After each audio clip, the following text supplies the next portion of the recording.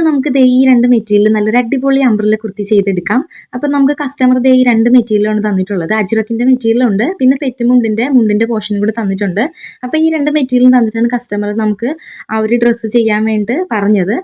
Customer ഒരു reference പിക്ക് തന്നു, പക്ഷെ അതിന് കുറച്ചൊന്ന് വ്യത്യാസപ്പെടുത്തിയിട്ടാണ് ഞാൻ ഈ ഒരു ഡ്രസ്സ് ചെയ്തെടുത്തിട്ടുള്ളത്. കാരണം ഞാൻ ഈ ഡ്രസ്സ് ഫസ്റ്റ് ടൈമാണ് ചെയ്യണത് ഈ 2 മെറ്റീരിയലൊക്കെ വെച്ചിട്ട്. അപ്പോൾ ആദ്യമായിട്ട് ചെയ്യണതിൻ്റെ ആ ഒരു ടെൻഷനും കാര്യങ്ങളൊക്കെ ഉണ്ടായിരുന്നു കേട്ടോ. എന്തെങ്കിലും ചെറുതായിട്ടൊന്ന് പണി കിട്ടും. അപ്പോൾ ആ ഒരു രീതിയിൽ നല്ല ടെൻഷൻ അടിച്ചിട്ടൊക്കെ ചെയ്തതാണ്. എത്ര ടെൻഷൻ അടിച്ചാലും ഞാൻ ഈ ഒരു വർക്ക് കിട്ടിക്കഴിഞ്ഞാൽ അത്രയും പെർഫെക്റ്റ് ആയിട്ട് ചെയ്യാൻ നോക്കും. മിനിമം ഒരാഴ്ചയൊക്കെ എടുത്തിട്ടാണ് കേട്ടോ ഒരു ഡ്രസ്സ് സ്റ്റിച്ച് ചെയ്യണേ. എന്ന് വെച്ചാൽ പുറത്തുനിന്ന് കിട്ടുമ്പോഴും അത്രയും സമയം എടുത്തിട്ടാണ് ഞാൻ ചെയ്യണേ. അപ്പോൾ ദേ ഇതാണ് നമ്മൾ ഡ്രസ്സിൻ്റെ ഫൈനൽ ലുക്ക് എന്ന് പറയുന്നത്. കസ്റ്റമറിന് ഒരുപാട് ഇഷ്ടപ്പെട്ടു. യോക്കിൻ്റെ പോർഷനിലൊക്കെ ക്യാൻവാസ് വെച്ചിട്ടാണ് ചെയ്തത്. അപ്പോൾ ഫസ്റ്റ് ടൈമാണ് ഞാൻ ക്യാൻവാസ് വെച്ചിട്ട് സ്റ്റിച്ച് ചെയ്യണേ. അടിപൊളിയായിട്ട് കിട്ടിക്കോളോ എന്നാണ് വിചാരിച്ചത്, പക്ഷേ അടിപൊളിയായിട്ട് കിട്ടി കേട്ടോ. നെക്ക് വന്നിട്ട് റൗണ്ട് നെക്കാണ് കൊടുത്തത്. ഫ്രണ്ടിലും ബാക്കിലും റൗണ്ട് നെക്ക് തന്നെയാണ് കൊടുത്തിട്ടുള്ളത്.